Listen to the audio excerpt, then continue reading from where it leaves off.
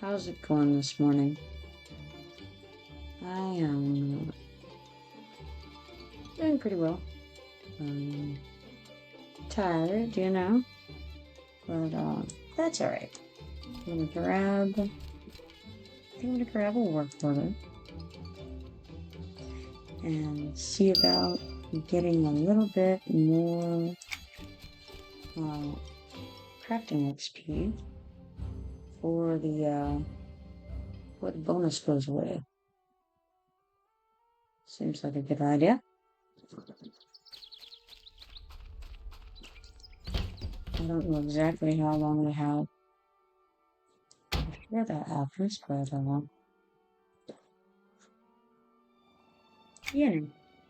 we'll take advantage of it while it's here, right?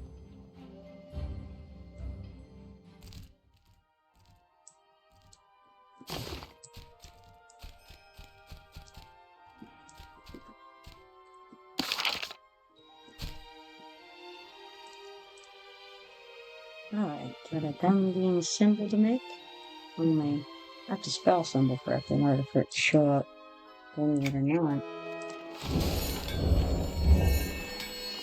So this morning I was looking on Twitter, or you may call it X, whichever you refer to it by rather, and I saw a couple of young fellows who are just starting to really kind of get into books, and they were talking about the books that they had read, and they were excited to read more classics, is what they were wanting. And I saw a bunch of people responding, and I was thinking, why are you doing this to these poor boys? Like, they were just recommending books that it's like, do you really want them to never read again? I don't know what you're doing here. Like a Tale of Two Cities, for instance. Like, okay, I know it's popular and it's a classic, but no. I mean, come on, give these poor kids something to read, like, I mean, A Tale of Two Cities, are we serious right now, like, they were like, the worst possible suggestions of classics. Like, you took a list of classics, and you wanted to mark the most boring classics, so the most uninteresting classics on the list. It's like that's what these people were offering to these young men as something that they should read. And I'm just sitting here going, oh my goodness, like, are you serious right now? Like, do you just, you hate seeing people read and like you want to make them stop or what? I don't understand. It's incredible. Like, and then somebody recommended Old Man in the Sea. Oh my goodness. No, not Old Man in the Sea. I don't even know why there's classics. I really just don't. I remember when I was in college, I had managed to make it through high school without reading The Old Man and the Sea, and I didn't know that that was a good thing. I thought, oh well, this is a classic, and I'll go ahead and check it out. It's a short book actually, and so I grabbed it and I read it, and that is one of the most boring and pointless classics that I'm aware of. I mean, it was just, why? Why is that a classic? I have no idea why that's a classic.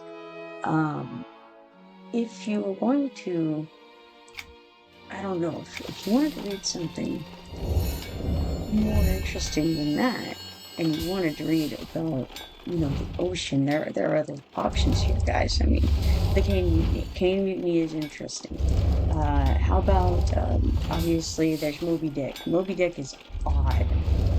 I don't know if you've ever read Moby Dick, or if you haven't. Moby Dick is very unusual, and it's unusual for a book. It's unusual for a classic. It's interesting, but not maybe in the ways you might assume. The writing style is unusual. The development of the story is unusual. Everything about that book is unusual. And the first line is, of course, we all know that. Call me Ishmael. What a way to start a story, right? I mean, what an interesting way to start a story. And of course, people have tried to do it since then in other copycat style ways, but of course that was just extremely unusual. But if you're going to suggest a book, I don't know that I would suggest Moby Dick to someone who just got into reading, who just read their very first classic. I don't think I would say, oh, I think maybe Moby Dick should be your next one. Let's just throw you into it, No, I think maybe Fahrenheit 451 would be a good starting place, right? It's very entertainingly written, it's conceptually fun. It's easy to read. It's short. I just don't know about the suggestions people are making, because it's like, okay, I think maybe you don't want to scare somebody off if they've just started reading classics. And again, this is from young men who haven't read much previously. They're very excited about the experiences that they're having.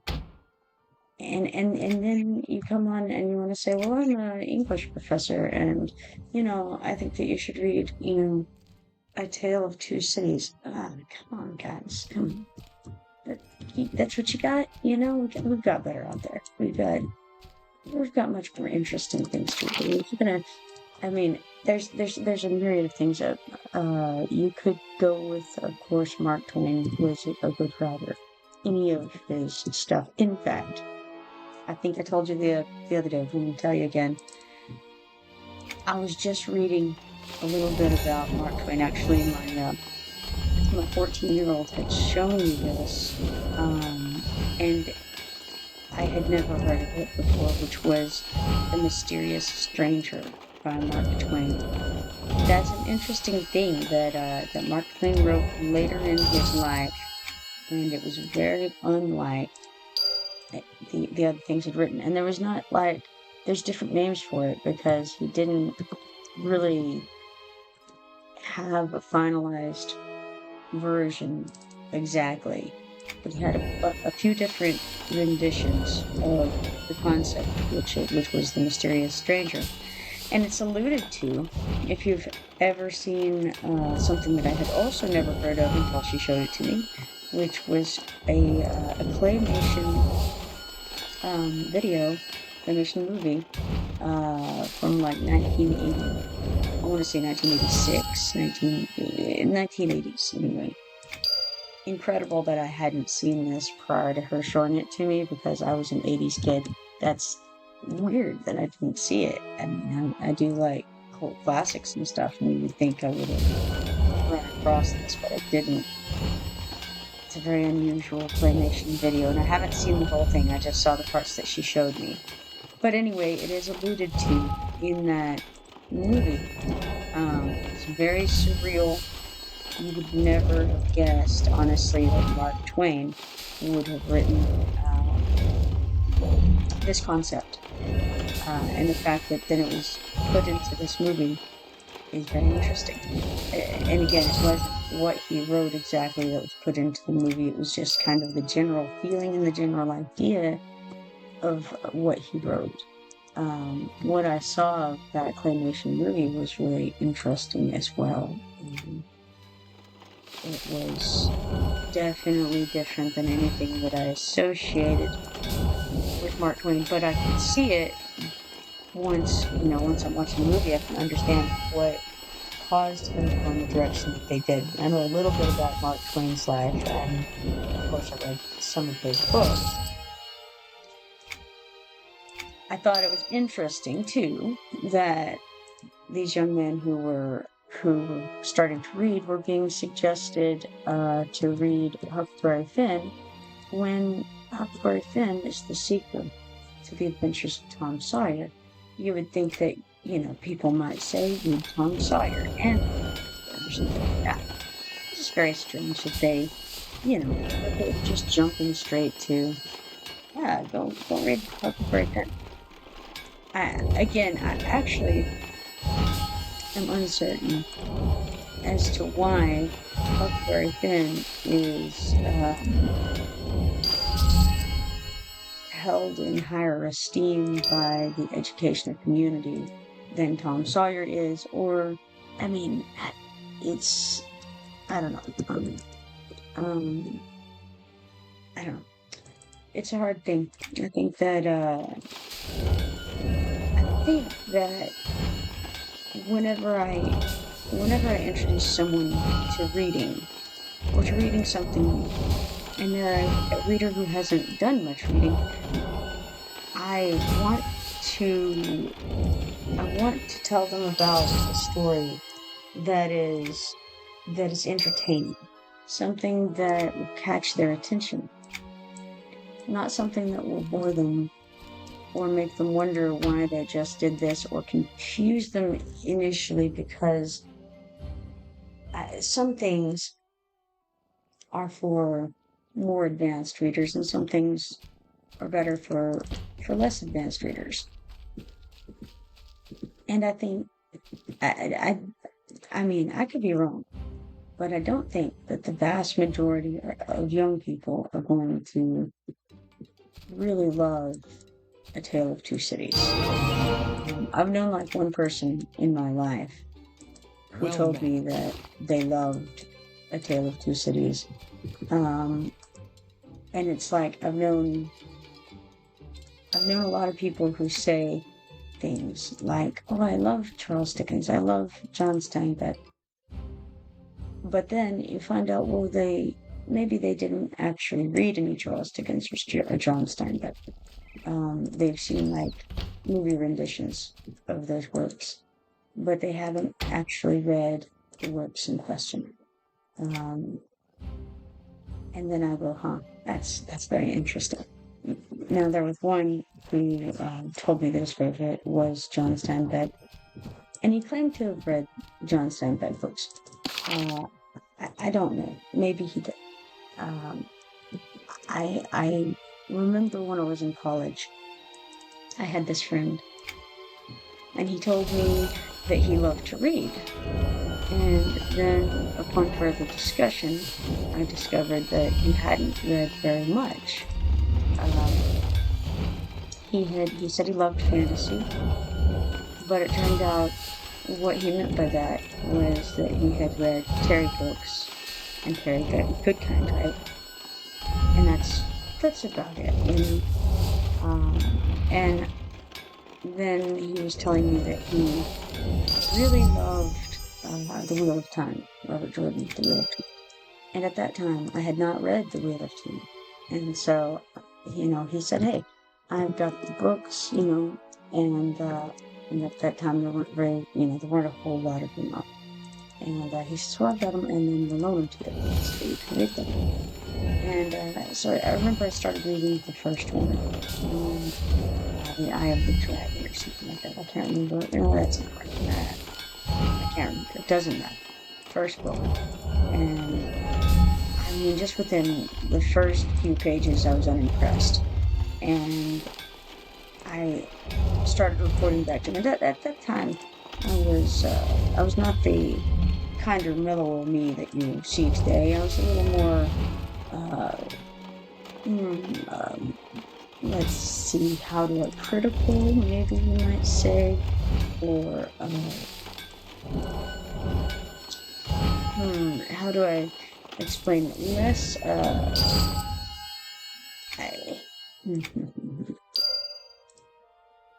less accepting, we'll say, of certain things.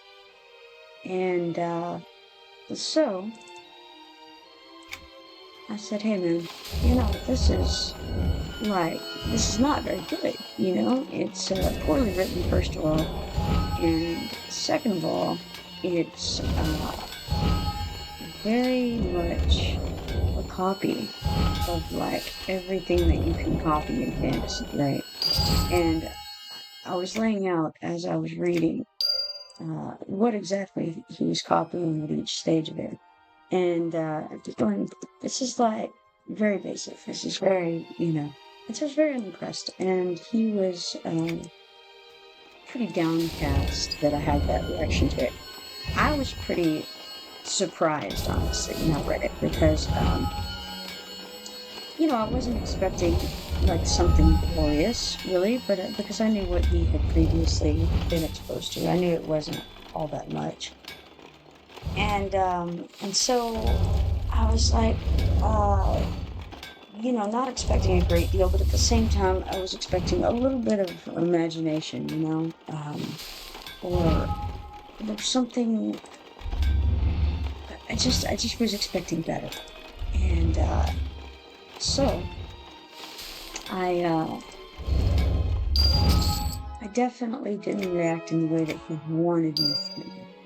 But I did say, hey, listen, if you want to read something, if you want to read something good, there are a lot of options out there in the world of fantasy that you can read, and that is much, much more enjoyable than this, And so I gave him at that time a number of possibilities that he could read. And in fact, depending on what level of fantasy you're looking for, you can find different things. And of course, at that time, I had read a good bit already. I was a pretty voracious reader as a young person, and so I had a number of suggestions that I gave to him. And of course, some of them crossover because you've got sci-fi and you've got fantasy. And sci-fi and fantasy is a fine line, I say that sci-fi is fantasy. It's like to me, it's a subgenre of fantasy because sci-fi is something that has not happened. And it's not to say that it couldn't happen, but if it's written, then by its very nature, it's something that hasn't happened. That's the fiction part, right? So realistically, I mean, anything fiction is fantasy, right? And I don't know, it's difficult to distinguish the two. And then they have things like high fantasy and low fantasy, and that has to do with whether there's, elves and magic and that kind of thing. But I think maybe people mean different things when they say the word fantasy in relation to writing. But sci-fi and fantasy have a lot of overlap, and I think we can mostly agree with that. Most fantasy is not science fiction, but I would say that all science fiction is fantasy. So that's kind of the direction to go there. But anyway, at the time, I suggested to him that he should read I said, if you're going to read a Terry, right? Because at that time, there were 3 Terrys big in fantasy that were just garbage. Okay, let's say this. I think that for people who hadn't read much, they were probably a fine introduction to fantasy, right? But for people who had read very much, they were very, very basic. One of them was Goodkind, one of them was Brooks, and I honestly cannot remember the third guy's last name. But I just remember the 3 Terrys. It was like 80s and 90s, or that wasn't the only time that they were writing, but that was one of the times when they were very popular. But anyway, I said, if you're going to read a Terry, you want a fantasy Terry, then read Terry Pratchett, because Terry Pratchett's hilarious. Actually, Terry Pratchett books were the first books that I read that made me laugh aloud, right? There are a lot of things that they're kind of humorous and make you smile, but to actually belly laugh, that was Terry Pratchett. I remember I was probably 10 or 11 years old, and reading, I think it was, let's see, what was it? Having trouble remember the name of books, honestly, but not the Color of Magic. It was the Color of Magic.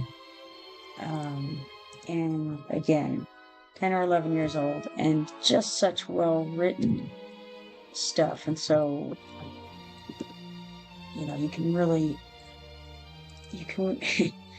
his descriptions were so amazing. His writing style, and it just really, really gets you most of the time. Now, not every book that he wrote was phenomenal. He wrote some things that weren't, but he wrote some things that were just absolutely hilarious. It's like, when it gets you, So wonderful, wonderful stuff, that, and especially for like a young person. Like, that's a wonderful introduction to reading, to reading fantasy. The issue possibly for some people would be that, Terry Pratchett was British, and so some of the terminology used was not what we use in America. And so that could be a turnoff for certain people. And of course, British humor is different. I love his humor. It was great. A lot of people will tell you Douglas Adams. Douglas Adams skirts that sci-fi fantasy line, but it's, of course, primarily comedy. And it's perfectly funny. It's perfectly fine. It's just, I think it's a little more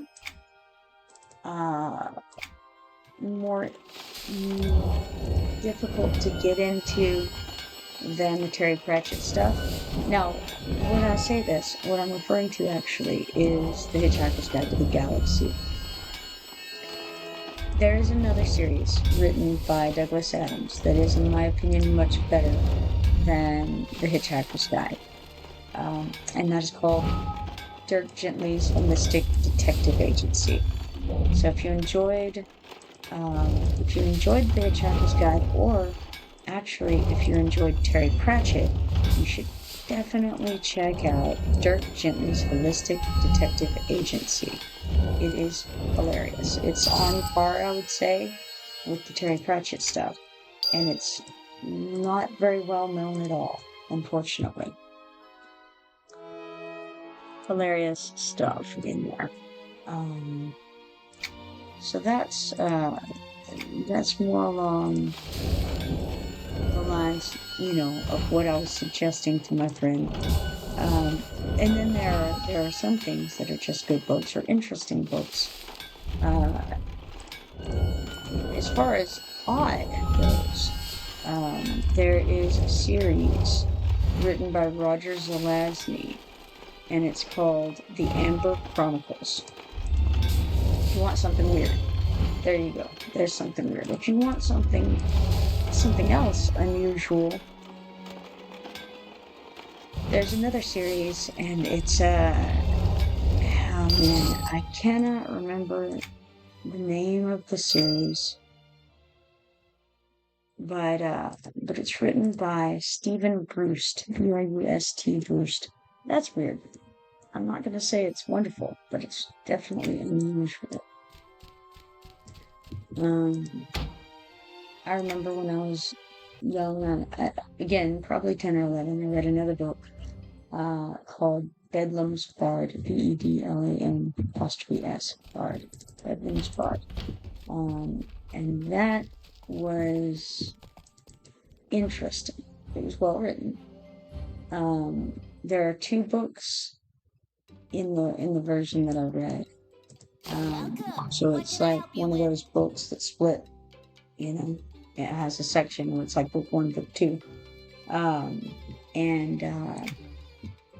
it was interesting to read.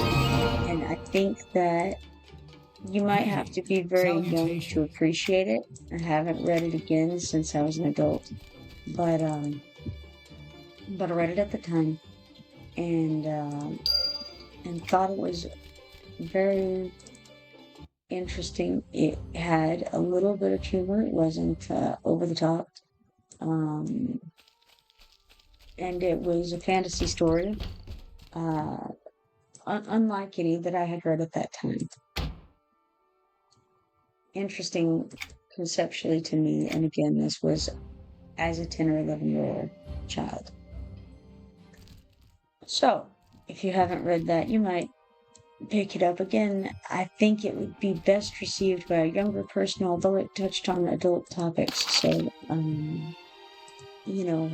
a young person who is perhaps advanced in some ways, their age would be the ideal audience there. But maybe even like a young adult would still enjoy it. I don't know. It was interesting. But anyway, I read a good amount of books of a variety of types. I was on a mission at one point to read all of the Ray Bradbury books, so I really enjoyed Ray Bradbury's writing. He had a lot of fun things and a lot of interesting things that he wrote, and his writing style was very good. I was going along, reading through his books, just kind of one after another. And I can't remember, I think I was just reading them in order of how they had them in the library at the time. Just, whatever I picked up, basically. And I remember I got to Dandelion Wine, and boy, that one was rough. I could not get through that thing. I mean, I could have, but I wasn't going to force myself to. At that time, I was big on reading, to completion, whatever I started. But Dandelion Wine, boy, that was rough. And I kept thinking, there's got to be some purpose to this. Because Ray Bradbury, boy, he wrote things with a purpose. He had some message to deliver. And I could not get into it. I didn't know what was going on. Really, it was very odd. But later, much later, thinking back on it, I realized that I think maybe it was written for boys, right? Like maybe it was something that I couldn't understand because I didn't have those feelings. I didn't have those experiences that a male would have, right? And so maybe that's what was happening with this book. Like, it was just conceptually beyond me. I don't know. All I know was I read most of it, actually, because I kept going and thinking, well, this is bound to get better. This is bound to clear up what's going on here. But it never did. And so later when I was thinking about it, I was thinking, I think maybe this was a coming-of-age story. But it was for males, and it was just something that I didn't have those experiences to understand. At some point, I may pick it up again, just to start reading it and see if I can see it in a different way than I did at the time. I don't know.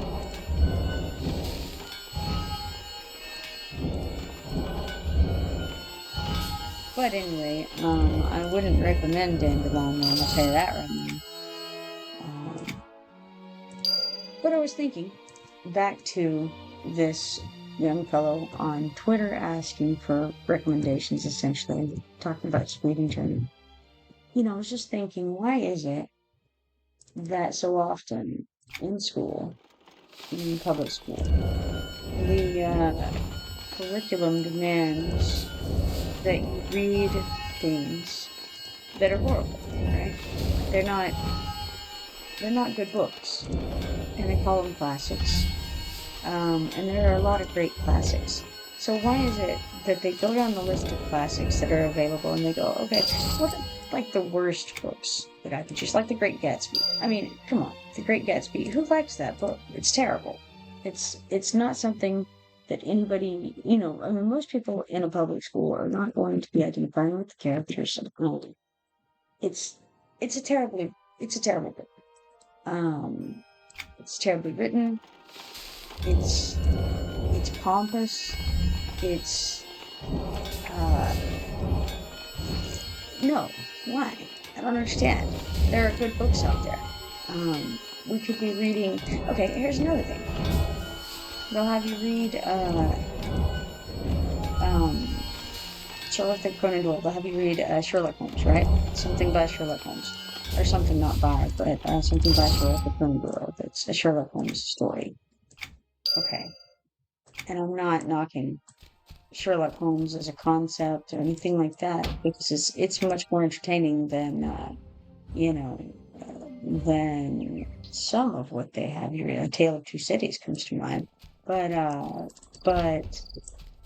it's not nearly as good as Agatha Christie. All right, so you could read, Sir Arthur Conan Doyle, which is much less good, or you could read Agatha Christie, which is okay, just better, absolutely hands down better author, more entertaining. Her concepts were better. Her mysteries were more interesting. You had all the information you needed to solve her mysteries, and still, when you first start reading her stuff, it's very, very well written. And I remember the first book that I read of hers was it was called 10 Little Indians, and I think that the other name, because it was published under two different names. One was 10 Little Indians. I think the other one was And Then There Were None. It's spectacular. That was my first introduction to reading Agatha Christie books, and afterward I started reading as many of her books as I could at that time. Again, it was one of those things. I was going to the library and just picking up, another book by her. And I read many of her books until it became like I figured out her, if you want to call it a blueprint, however you want to look at it, she had a system, and you can begin to understand that system. However, that being said, she was an intelligent enough person, but it wasn't. She would mix things up a bit sometimes, and most people know about her Pilpero, but you may not realize that she actually had other characters that were interesting. Miss Marple was one of her bigger characters. She was not below. And then there was a team, a male and female team. There were actually a few different, if you want to call them detectives. They weren't necessarily detectives per se. Like Miss Marple was an old lady, She was not a detective, but she was integral in solving these crimes, these murders, these mysteries. Very interesting stuff. And if you haven't read any Agatha Christie, then definitely do that. It's really, really good. I just read, I should say my daughter and I just read the ABC Murders. I had read it before, but the ABC Murders is an Agatha Christie story, and I mean, it's just one of many that she wrote that was very, very good. I recommend it highly. But anyway, books. There are so many good books, and I feel like if you're going to recommend a book to someone who just started reading, maybe recommend a good book, not a bad book, not a boring book, not a book they don't, know your audience, right? Like, I don't know. I don't understand why, with all the possibilities out there, you recommend that one, I don't know. It's confusing to me. I'll tell you one that I liked, a short story that I liked. And it was unusual. It was I think it was by Jack London, and I'm not a big Jack London fan, all right, because it's just not my kind of. The writing is good. He does a great job with the writing, but the stories aren't my cup of tea, really, for the most part. But one I really liked that he wrote, and it was just a little short story. It was called To Build a Fire.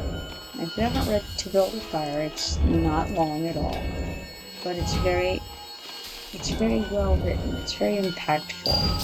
And there was one other thing actually that Jack London wrote that was really, really interesting. I wouldn't recommend it to most people actually, but it was a very interesting thing, and it was called Alaska. And it's actually a book on the region of Alaska. Apparently he went there and lived there, and was part of that world, and he wrote about it. And it was really interesting. If you want to know like how things were there in the history of Alaska at any point, it was really a well-written and interesting non-fiction book about Alaska. He was like he was there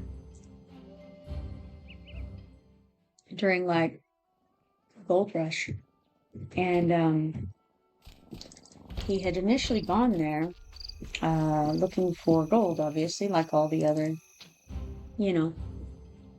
folks who ran over there, and yet that's not what he ended up doing.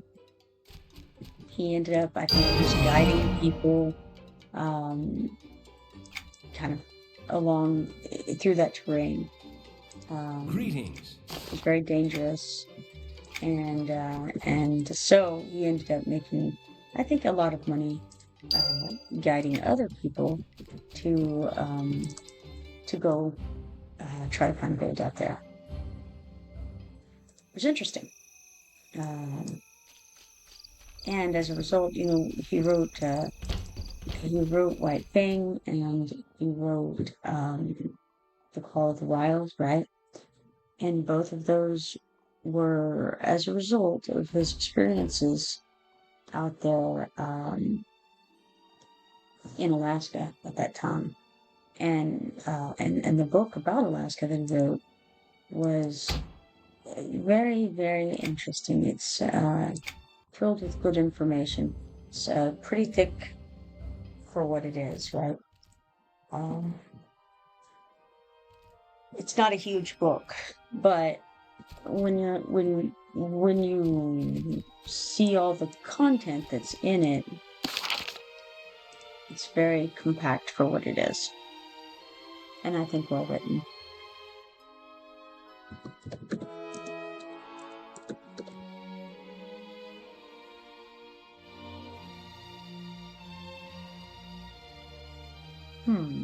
I see that I leveled and didn't notice, and did not therefore pick up the book that I need. So I'm going to go do that. I've been sitting here talking about books, and apparently not paying attention to what I'm doing.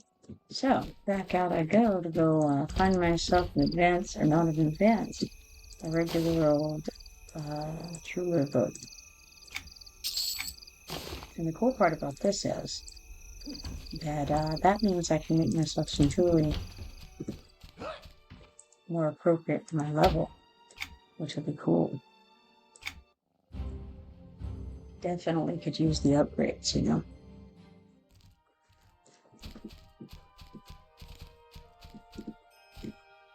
Anyway, Jack London, To Build a Fire. If you haven't read it, it's a short read, it's a good read, and you should check it out for sure. As far as short stories go, there's another one called Harrison Bergeron. Harrisonburg Run. It's by Kurt Vonnegut Jr. And very good read, very short read. I mean, this is like minutes of your time, and cool, conceptually cool. I'll write that in here. I think this is how you spell it.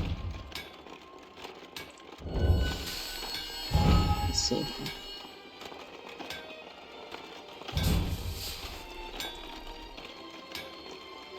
There. That ought to be pretty close to the correct spelling there. But anyway, very interesting little story. If you're interested in, I guess you'd call it sci-fi more than anything. Maybe like dystopian. The concept, I would say, would be set in a dystopian world. And conceptually awesome little short story.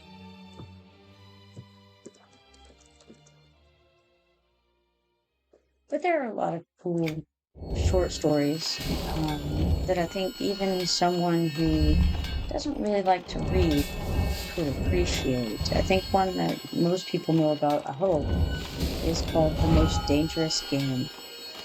That's a cool little story. It's well written. It's interesting, you know.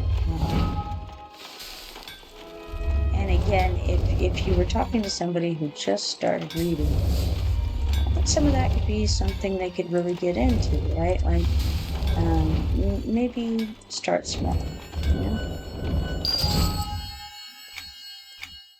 But there's also some, like I said, there are some full-length novels that are very entertaining. I think that, you know, most boys would probably appreciate The Lord of the Flies. It's a pretty well-written book. It's interesting. And it's something that, you know, that you can discuss, that you can argue with your fellow readers. Like, is this something that's viable? Does this make sense? Is this, you know, would this really happen? You know, you can have that kind of discussion with your friends about it. And I think that's part of the joy of reading, is being able then to talk to other people about what you've read and have different viewpoints on it, different opinions. Like, was it good? Was it bad? What was good about it? What was bad about it? You know. That's part of the enjoyment.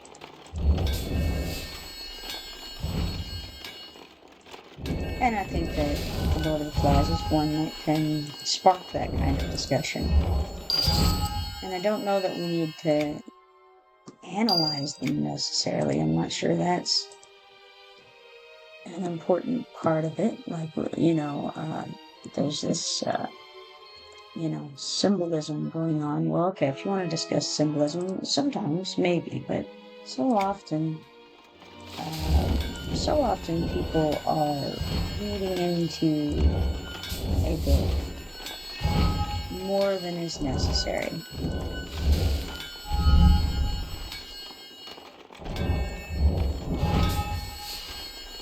I remember we had to read The Pearl. That was another of Luke John Steinbeck. The Pearl. Did not like The Pearl. Man, what a boring story. I'm just overall not a Steinbeck fan.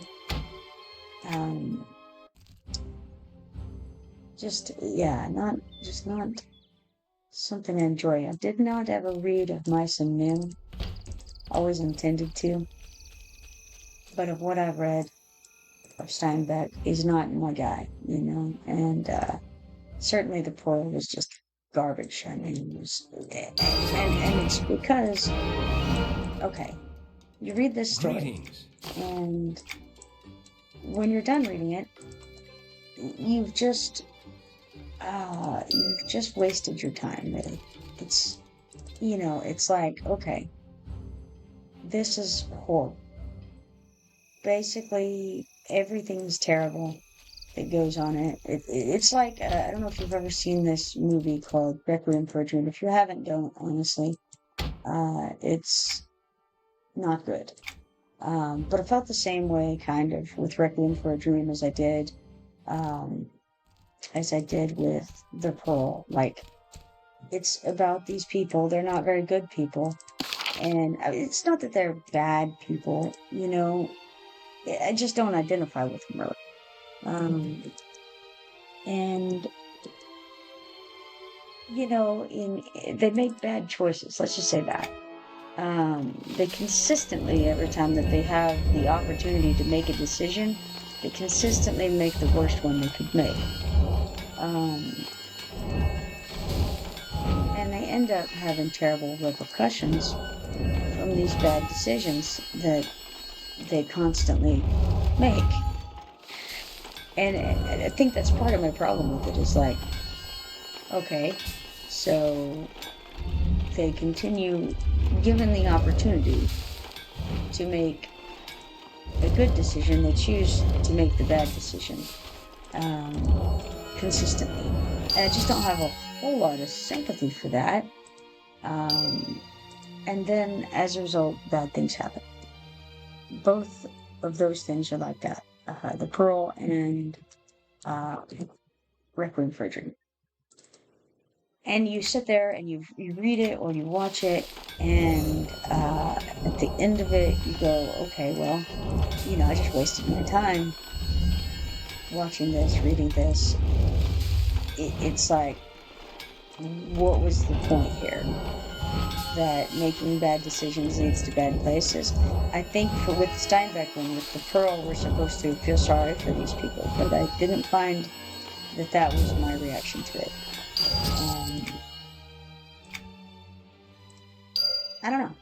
You give me yours. I gave you mine. I don't know. I don't know Requiem for a Dream. Were we supposed to feel sorry for them? I'm not sure. I can say that I did not feel sorry for them. I felt disgusted by the movie. But I didn't feel sorry for them.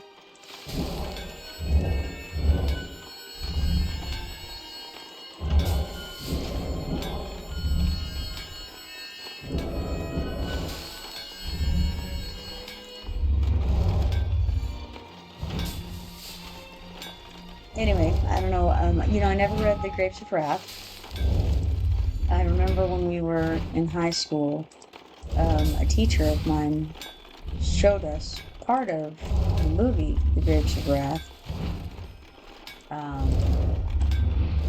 But I never read it. I don't really know that I'm interested in reading it. Like I said, I would have some degree of interest in reading of Mice and Men. I'm not really sure. Being somewhat familiar with Steinbeck, I'm not sure that I would be interested in it. But maybe sometime, maybe I'll read it. I don't know. If anybody has any suggestions about like a good classic, go ahead and throw them out there, because there are good classics, like I said. I just find that so often, especially particularly in the educational department, that's not what you end up being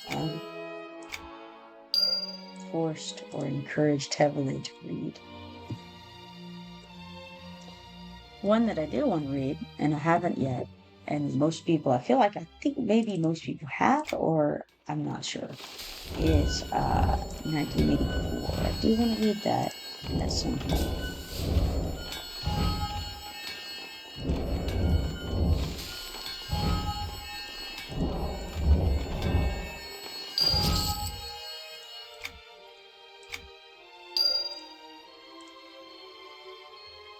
Now, I think after I finish this writ, back on the subject of this game, I think once I finish this writ, I'll try to remember to make myself something in the way of jewelry, and particularly a neck piece, I think.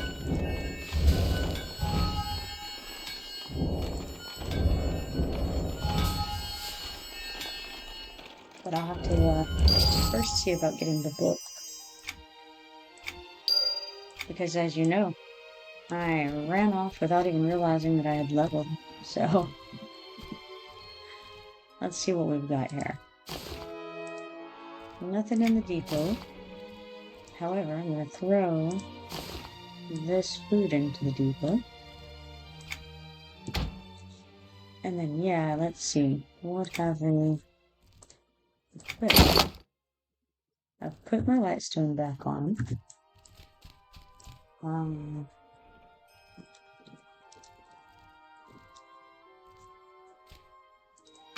Let's go on out and see if there's something on the broker that I might want. Looks like an ad starts in 31 seconds. But let's see if I can find a Advanced Jeweler Volume 48. Go on, take a look at the stock. You'll never beat this price in the city, I guarantee it.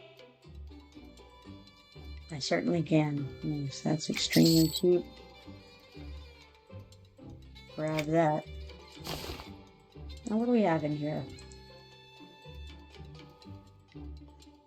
Arcane Concerto, Backup Quiver, Weird Rupturing Sonnet, Brilliant Swath, Debilitating Arrow, Deception, Exposing Mark, Fashioned Ebon Idol, Fashioned Rhodium Band, Rhodium Bangle, Girdle, Boot, Torque, Garrot, Band of Agility, Stamina, and Strength, Lynette's Violent Scream, or Lanette's Violent Scream, Murderous Rake, Noxious Concerto, Swarthy Diversion.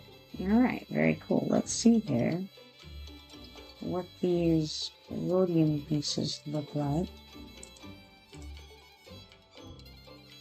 Because I think that that's the direction, yeah, that's definitely the direction I want to go.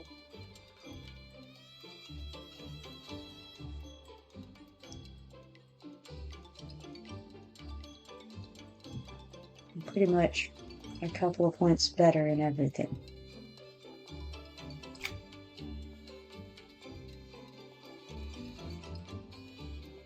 And let's see here.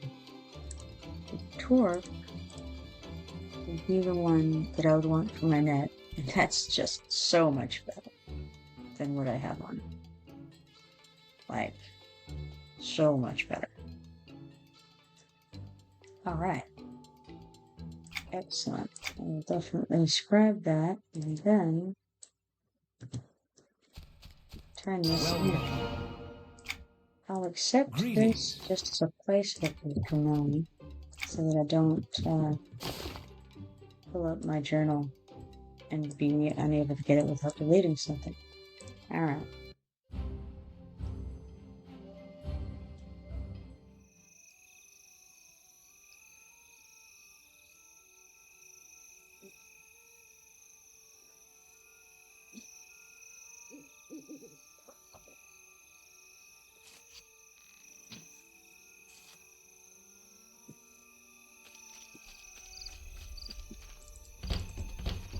Alright, let us head over here. And I wonder how much rhodium I have, and I also wonder if I might should have grabbed some there at the broker, depending on how much it costs.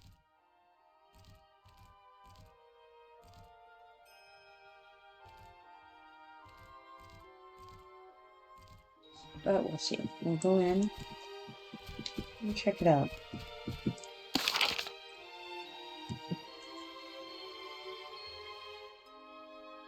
Oh, we don't have any rhodium. Goodness. Okay. That's where we're at. Alright.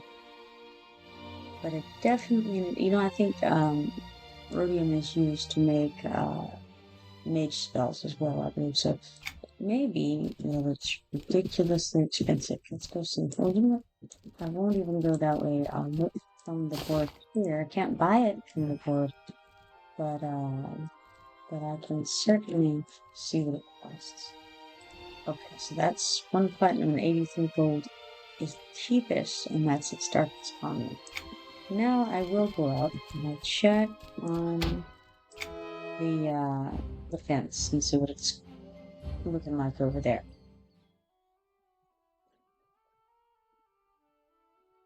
And I may actually check. Yeah, okay. I should check with the on the fuel cost, or not the fuel cost, the material cost, but I should also check the finished product. Unfortunately, I don't seem to have any paper right now. I'm gonna just write down right here. Radium buster, Qeynos, 1 plat, and blue gold.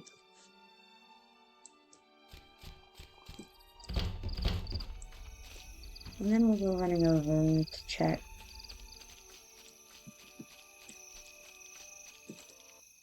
on other things. Right?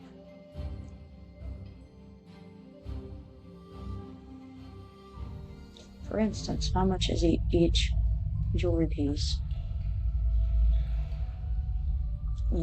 by itself? Like once it's made. Sometimes you can actually find the finished product cheaper than the parts to make it.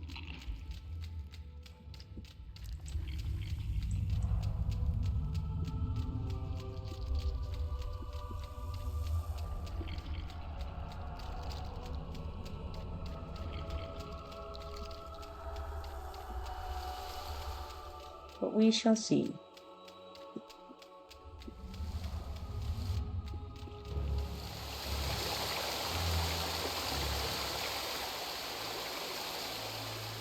I don't know why I like to mark that treasure chest. It's just amazing.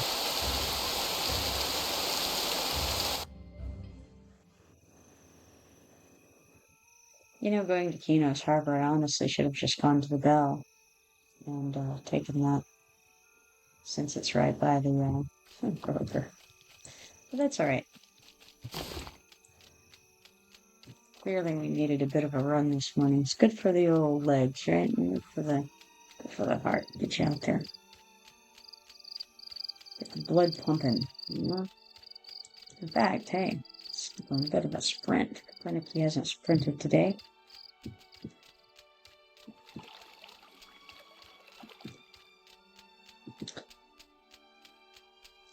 They can actually sprint a long time in this game. They sprint a full minute. It's not easy to sprint for a full minute, running all out like that. Alright, let's see what we got here. Let's do an advanced search, and we're going to look for rhodium. I only want to see the master-crafted stuff. Let's just see what there is here. Alright, 3 plat and 30 gold. So that would be 2 plat and 75 gold. And that begs the question of, is that rhodium that was from the house? Did I count for going to the house and getting it? I'm not sure. But we will do it here. We have a door. That's the cheapest item. And that's for 2 plat, 75 gold, which isn't far off from what the band of strength is, honestly.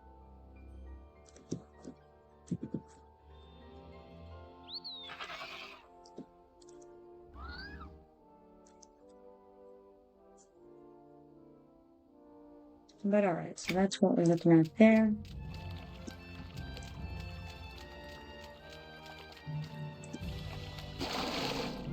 Speaking of books, there was a guy named Haggard up there, which I'm assuming is probably a reference to Harry Potter. Now, the question is, the book or the movie? Who knows? We don't have any idea.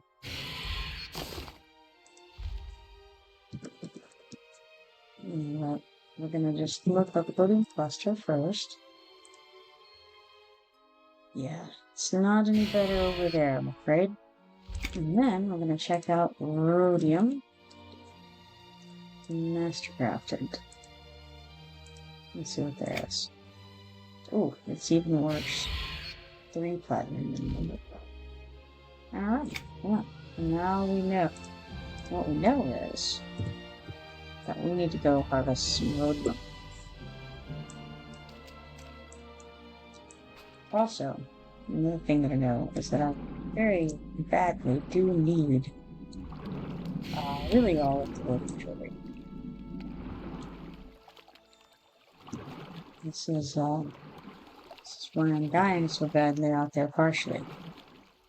That and being very bad at playing Swashbuckler. Between those two things, it explains the dying. Alright. So then, better stop and sell some of this stuff. Welcome. What can I help you with? Hide not for sale. I'll make this easy on ourselves. Now this belt. Okay. A couple things about this belt. One is it's attuned now, and so I don't on the one hand mind selling it. But on the other hand, it's treasured, and we're about to come out with adorning and transmuting next month. So I think I may just keep it and chunk it in the bank. Some storage to transmute that next month. Hey, there's Chris Knight.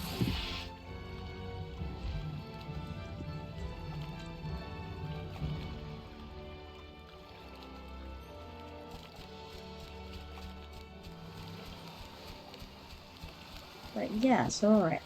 I think I'll hop over to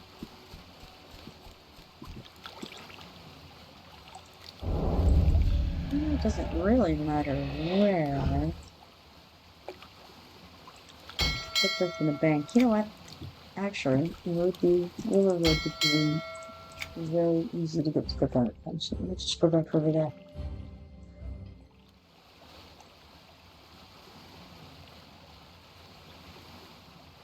It's as good as anywhere, right?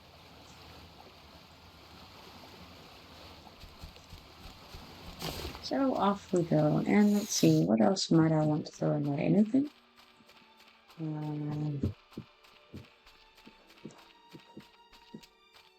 Looks like I do have 2 different pieces that I could chunk into the South Qeynos Mage Tower. Please tell me you're not Just trying to get a loan with clear it out livestock of my collateral. bags. Seems like a good idea.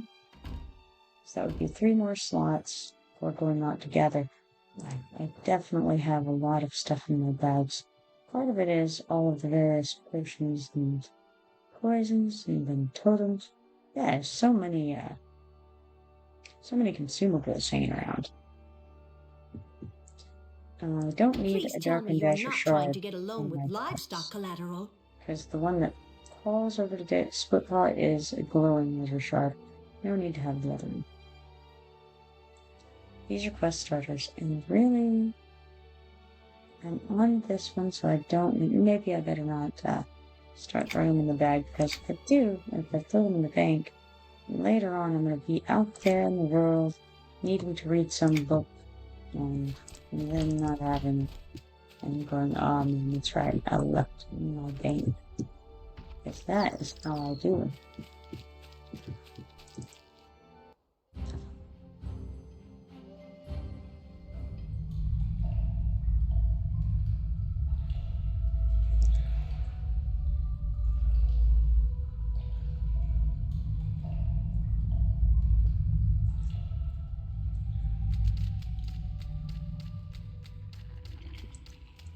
Also, just to warn you guys, I have maybe 20 to 30 minutes before I'll need to go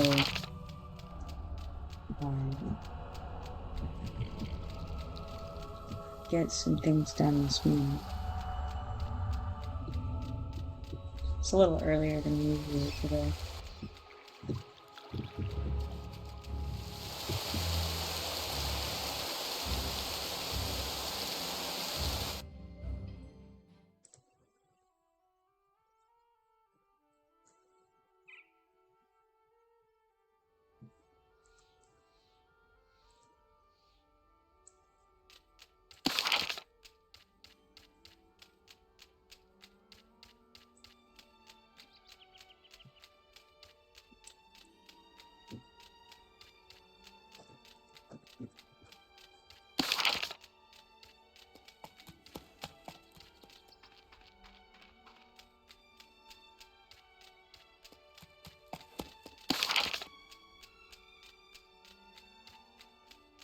Paul says I was watching a movie on harvesting and not much in chat.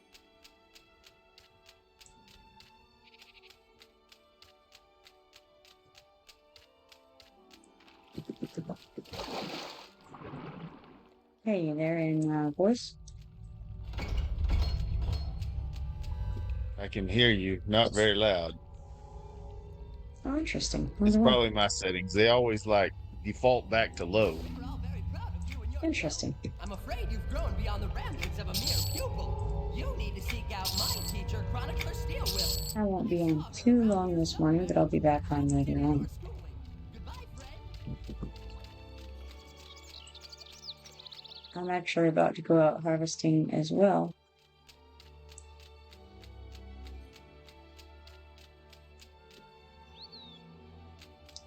Actually, I may as well go this way.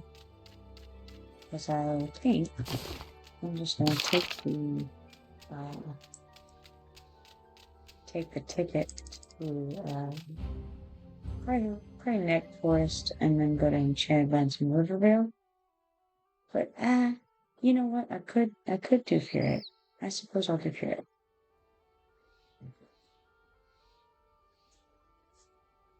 So then I'll go to Pendulum Steps and Fear. I don't really love to harvest in the Fear, but I do have some quests out there, so yeah.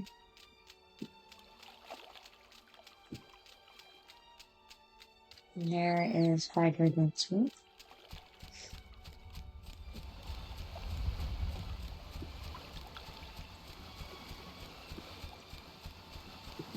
Greetings, friend traveler. We have the finest supplies to fill your adventuring needs. 90 silver for one of those tickets.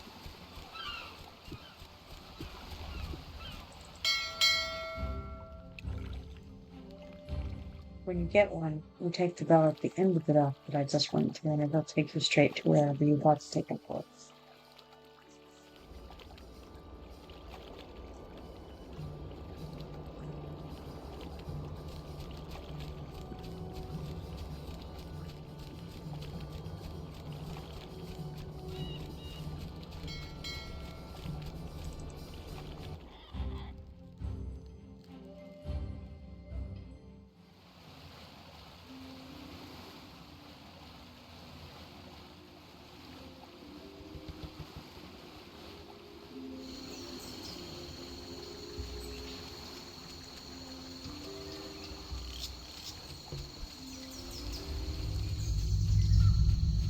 It seems to have defaulted my voice into the guild officers chat today.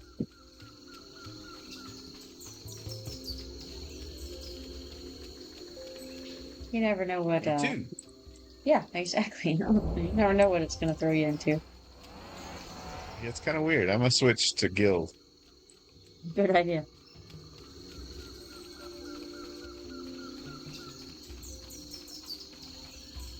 Yeah, I know. You never know. It just does things. Like I say, it turns the volume down. For me, it does all kind of weird crap. Yeah, I think I feel like sometimes I have to reset Fairground's volume, and actually Cruises too will be down.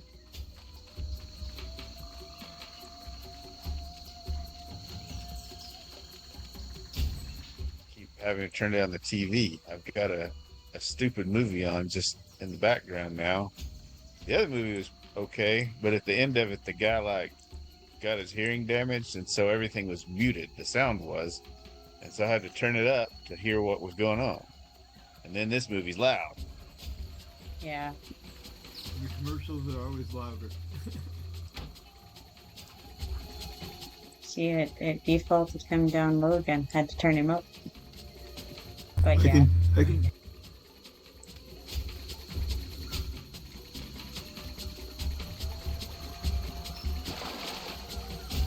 Well, this movie, it's the Golden Child. It's like a 80s or something Eddie Murphy movie. It's a I watched great when I was a movie. kid. And it keeps going from really quiet to like the scene with music, and it's really loud. It's kind of That annoying. sounds about right, yeah. That's a really good movie, though. I haven't watched it since I was a kid, so I haven't I either. decided I would watch it again.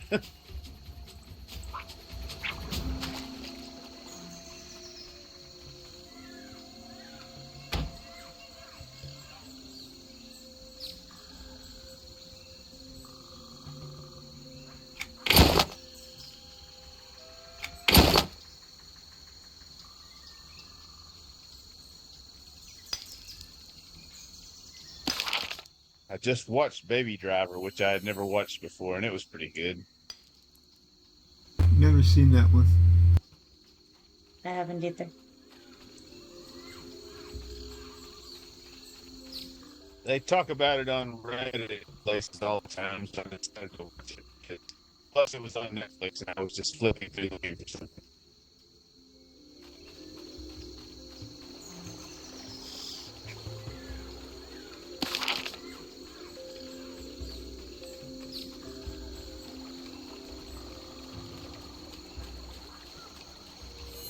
May as well pick these static collectible rope while I'm here. I'm not gonna get that one over by the Pungent Recluse, who's a triple up heroic fighter.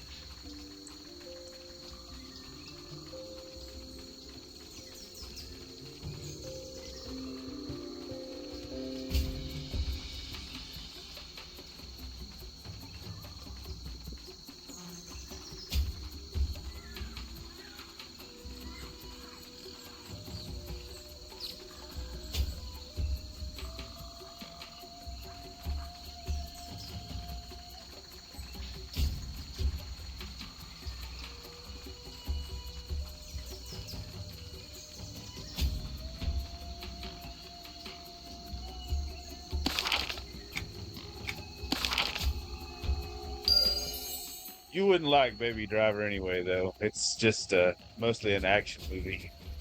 Oh yeah. Lots of car driving. Oh yeah, no. The main character is a getaway driver. Mm. Yeah, I think you're correct. I would not appreciate that. I'm not their intended audience, you know.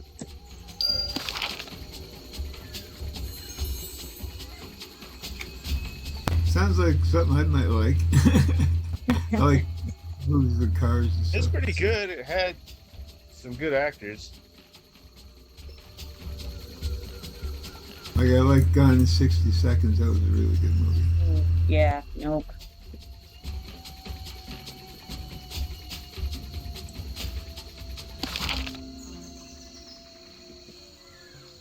Not me, for sure.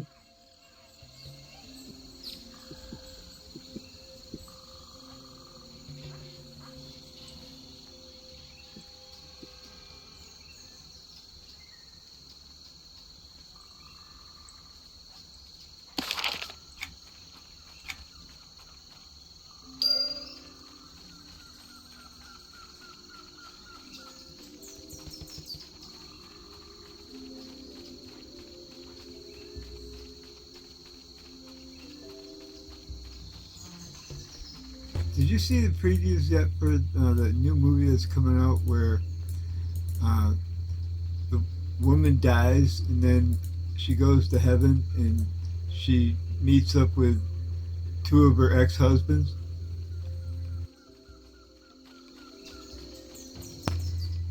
I've not seen. The preview looks pretty good. It's called I think it's Eternity or something like that. You know, it's like, have you decided how you want to spend your eternity? And you know, she goes to heaven, you know, and both her husbands are dead, and so then she's like, you know, caught and like, okay. Looks like it could be pretty interesting.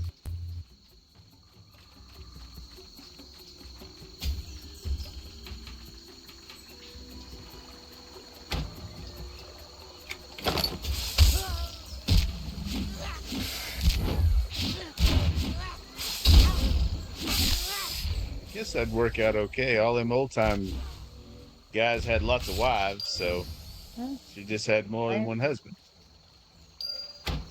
Well, what happened was she was married to a guy.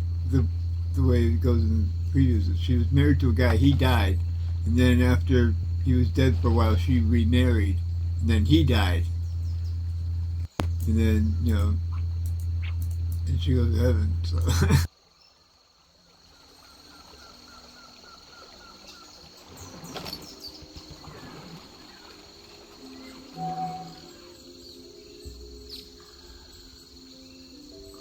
Yeah, I mean, I guess I don't really know if there would be any issue there, though, right? I mean, the concept is that you're incorporeal at that point anyway, right? Yeah.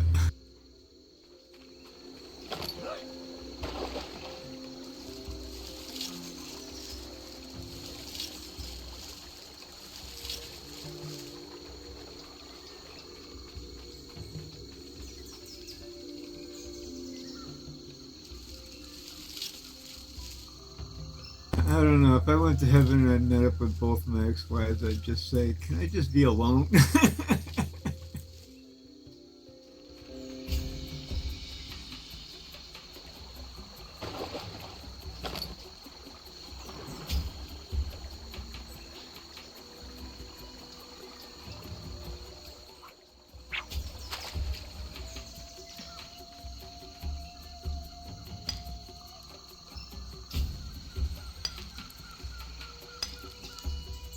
I tried to pick up my armor quest this morning in Qeynos, and I couldn't find the guy. Usually it's right near Qeynos Harbor for Paladin.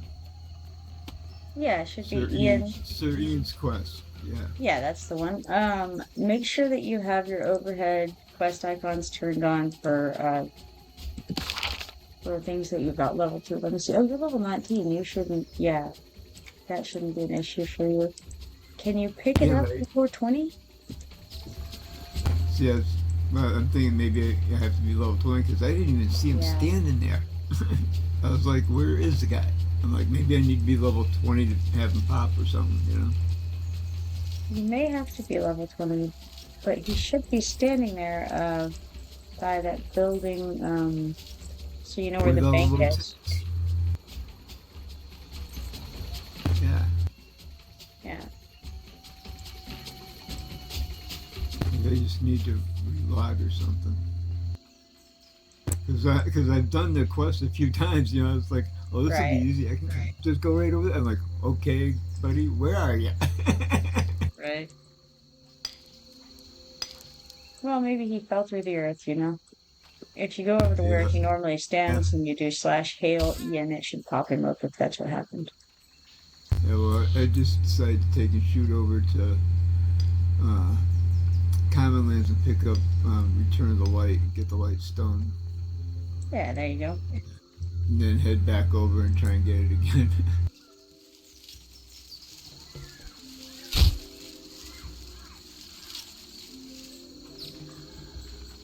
And let's see, I'm 19 and a half, I'm close to 20, so maybe I'll be level 20 by the time I get back there.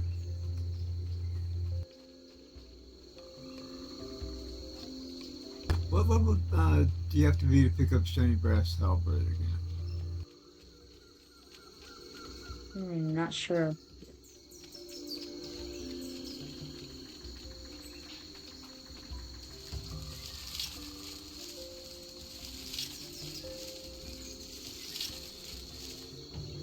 Pretty sure 19 is too low, though. Did you guys work on those spirits last night? Yeah, we finished that. Okay, I thought y'all be able to. Yeah.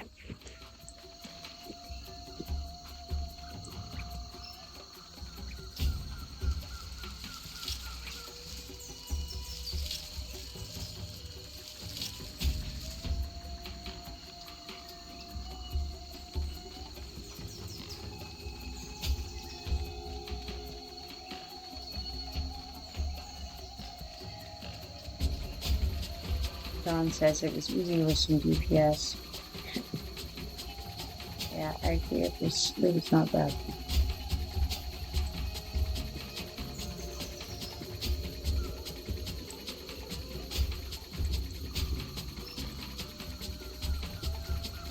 See if we can get this here. We got bright green, bright blue, and bright white.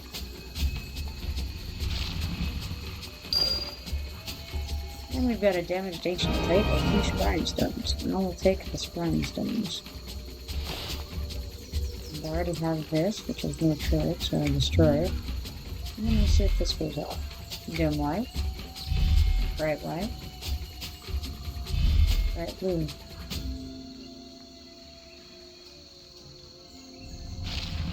Yeah, we were able to keep him pretty interrupted and knocked down and all that, and so he didn't really get to get off his stuff. The ghosties.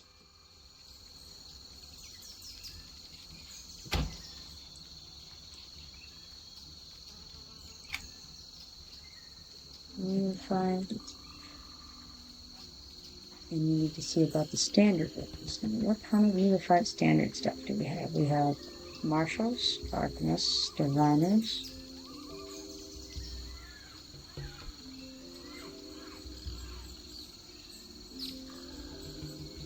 And outriders. So we have one of each, and we also have a repeat of something. The marshals we've repeated. Let's get another alchemist.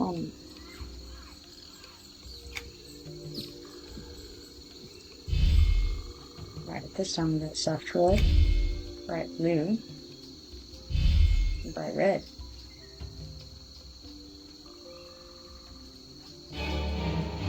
Nothing interesting. What's that? Soft white, bright green, and bright green. Gives us an ancient silver coin or a shrine stone. I'll take the coin on that.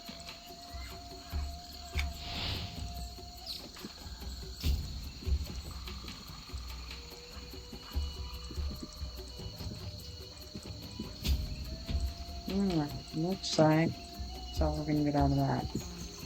Even though there is more left in it. You cannot access it.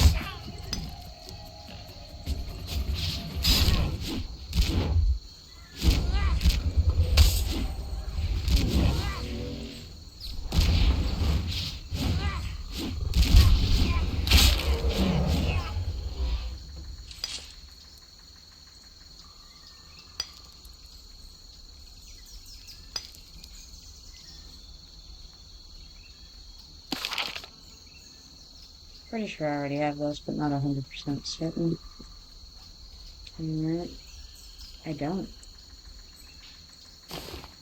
And I can't.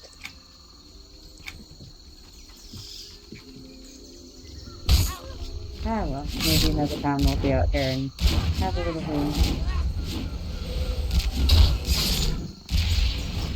In the old journal.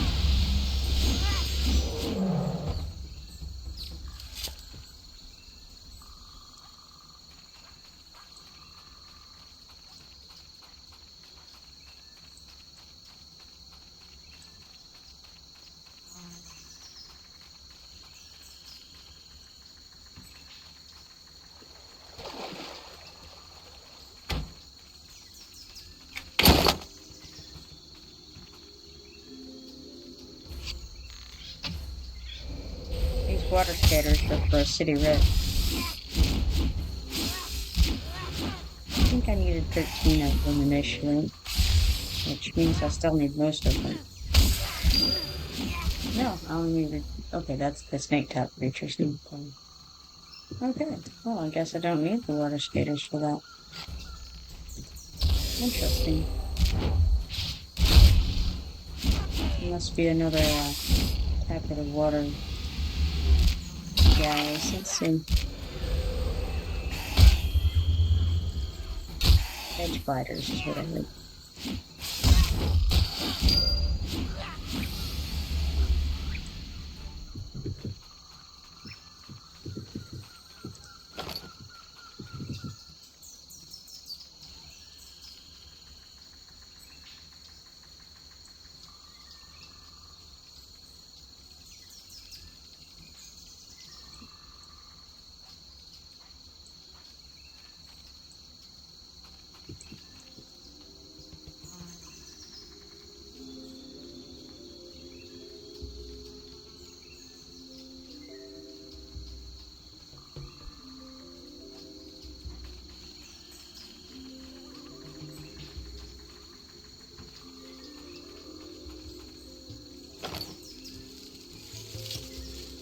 Spiders everywhere over there, man. Gotta watch out.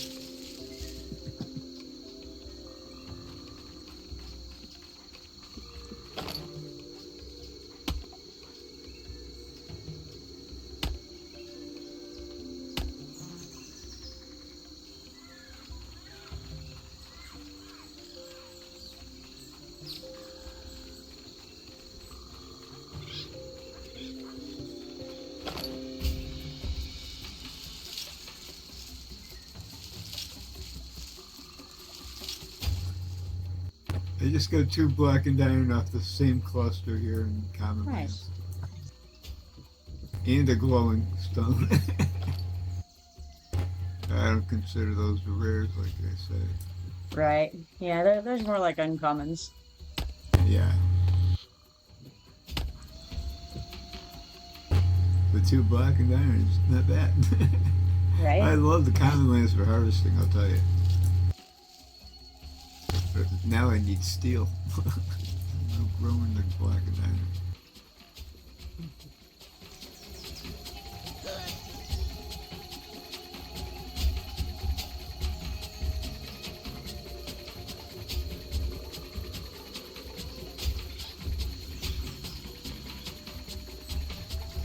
I'm out here looking for some rhodium. Actually, I could use a couple pieces made. My boots are still level 1, and my shoulders yeah. are too. Yeah, it sounds like you could use a little bit. Yeah. But you're only level You know- 19 right now, right? Yeah. So it'll be good for another 3 levels till I put 22 on, you know? Yeah.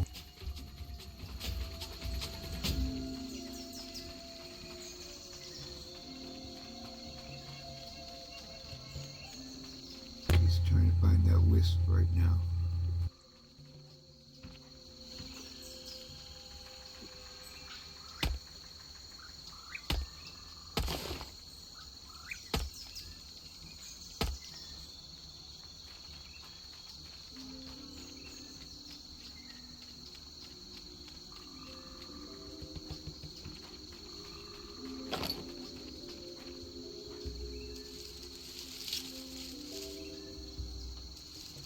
Alright, looks like I better get running, and then I will be back on later on. Alright, you have a good afternoon. You too. Thanks. Yeah, that was fun last night. Yeah.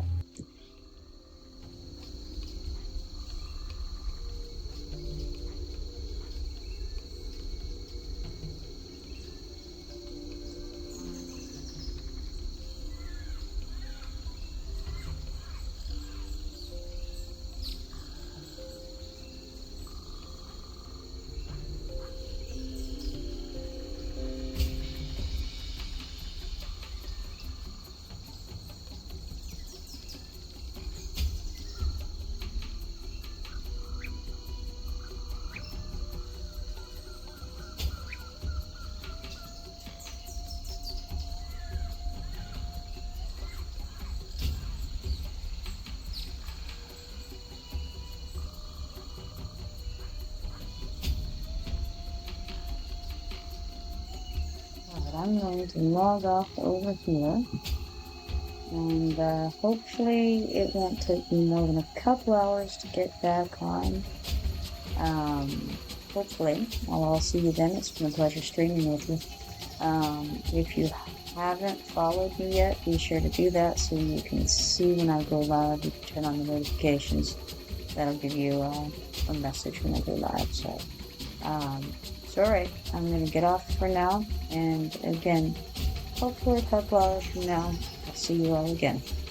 Goodbye.